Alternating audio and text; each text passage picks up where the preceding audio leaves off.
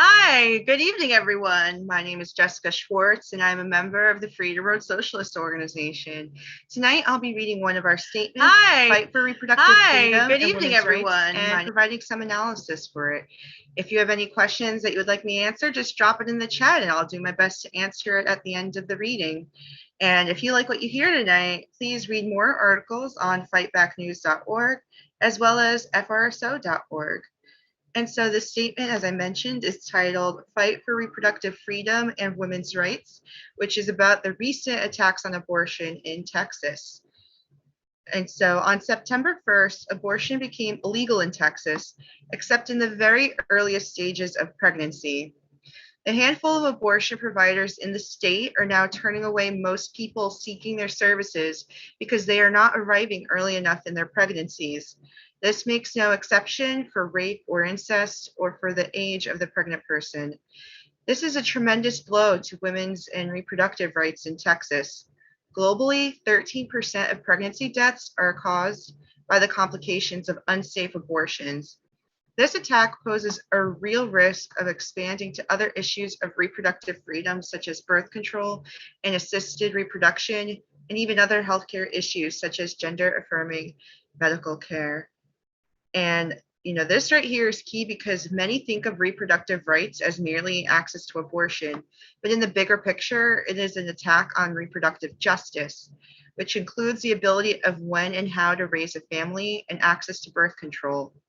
In this larger framework, it includes the ability of trans people equal access to healthcare, including abortion, and access for trans men and non-binary people, and birth control for all people, cis and trans. During discussions of attacks on reproductive justice, it's always important to remember that such attacks don't only affect cisgender women or women who align with the gender assigned at birth, but as well as trans, non-binary, and gender non-conforming people as well. Worse still, many other states are sure to follow suit with similar laws. They will drive abortion bans through the same legal loophole that Texas had, namely that the ban is to be enforced by private litigation rather than by law enforcement. The anti-abortion movement is preparing to deploy a mob of vigilantes to stop people from having reproductive choices. Does anyone think that the mob will stop there? The Supreme Court's decision to allow this law to take effect is a likely sign that it will soon overturn Roe v. Wade directly and remove from American law the concept of a constitutional right to abortion and potentially endanger other rights for women. These attacks will be most intently felt by people with the fewest resources. Since 2015, 59% of the people who have been criminalized and prosecuted for pregnancy outcomes are African Americans. It is no coincidence that the Texas government is also trying to restrict voting to further disempower African Americans and Chicanos.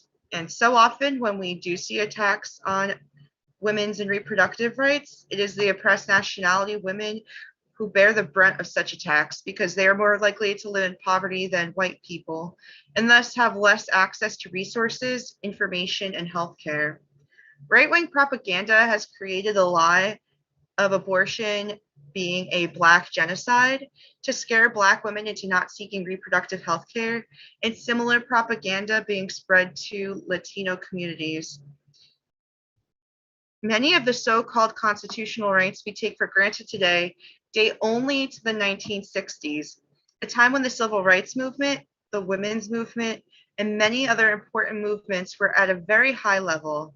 The right to abortion access, like all other rights working people in the US have, was won through popular struggle. Only popular struggle will save it. And working in oppressed people in the United States are facing attacks in many areas. Many of those attacks are going to come through far-right judges appointed to the Supreme Court and other federal courts during the presidency of Donald Trump. The Democratic Party, though it controls the presidency and both houses of Congress, has shown very clearly that it cannot or will not protect us. And this is an important reminder because too often, politicians are the ones credited with passing laws that promote progress, when such laws were only passed after long, protracted battles waged by the people in demanding justice and equality. One recent example is the conviction of Derek Chauvin for the murder of George Floyd. This wasn't won because the system all of a sudden became fair and changed. It was won because the people made an acquittal not an option.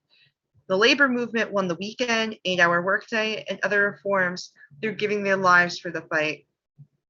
Women have fought tooth and nail for our rights, even when it wasn't popular, to give us what we have today.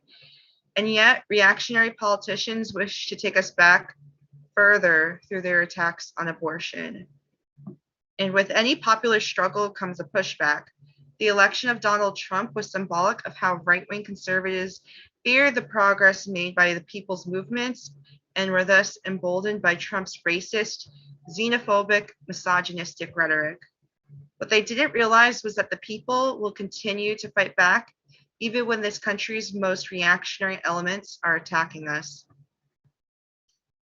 What is needed to build movements as strong and stronger than those that won the rights that are now being taken away.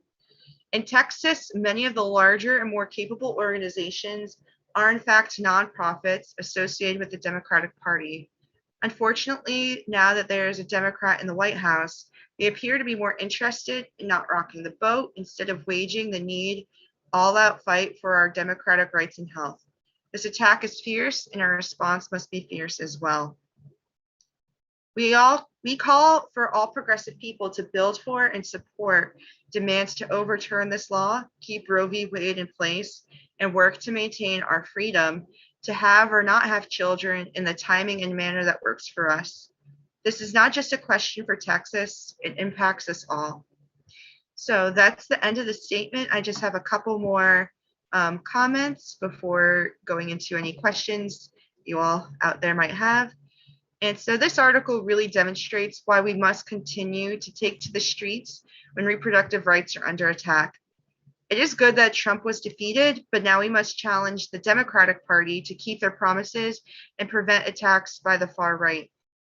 Unfortunately, like I mentioned previously from the article, the Democratic Party has shown that they are also incapable of doing so, and Joe Biden will not bring about the major change that is needed in this system. The only way that the system will change is if all of us join the people's movements and fight for that change, as well as joining a revolutionary organization and fighting for socialist revolution. And so, let's see, I'm just going to some questions from the chat. Which states do you think are going to follow? I cannot answer that definitively. I would guess likely some other states that are, red states, Republican states, particularly in the surrounding areas of Texas, but I don't think I could say definitively which states for sure will follow. And I guess I could just give it a couple more seconds to wait and see if anyone else has any other questions before wrapping up for the night. So I guess I can just wait a little bit to see if anyone else has anything that they'd like to ask.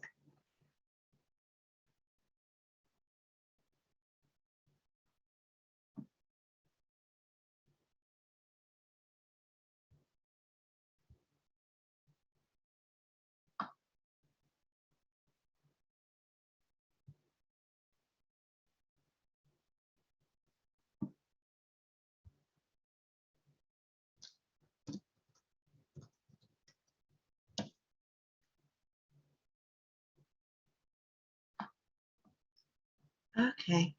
Are there feminist books that you would recommend? On this particular topic, none come to mind immediately. So if anyone has any comments that they would like to leave, there actually is one book that I got a few years ago at a fundraiser called Shout Your Abortion.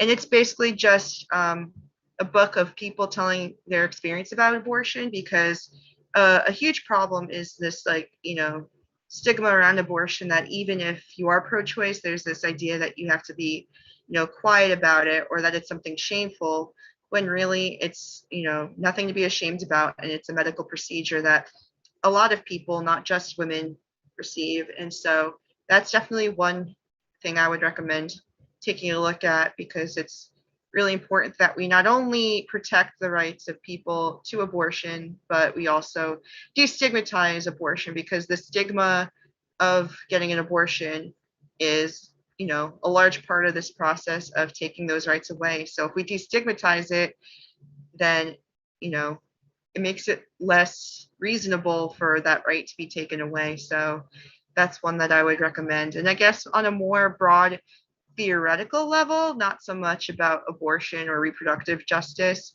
Leslie Feinberg is great. Alexandra Kollontai has some good readings. Claire Zetkin, of course, Asada Shakur.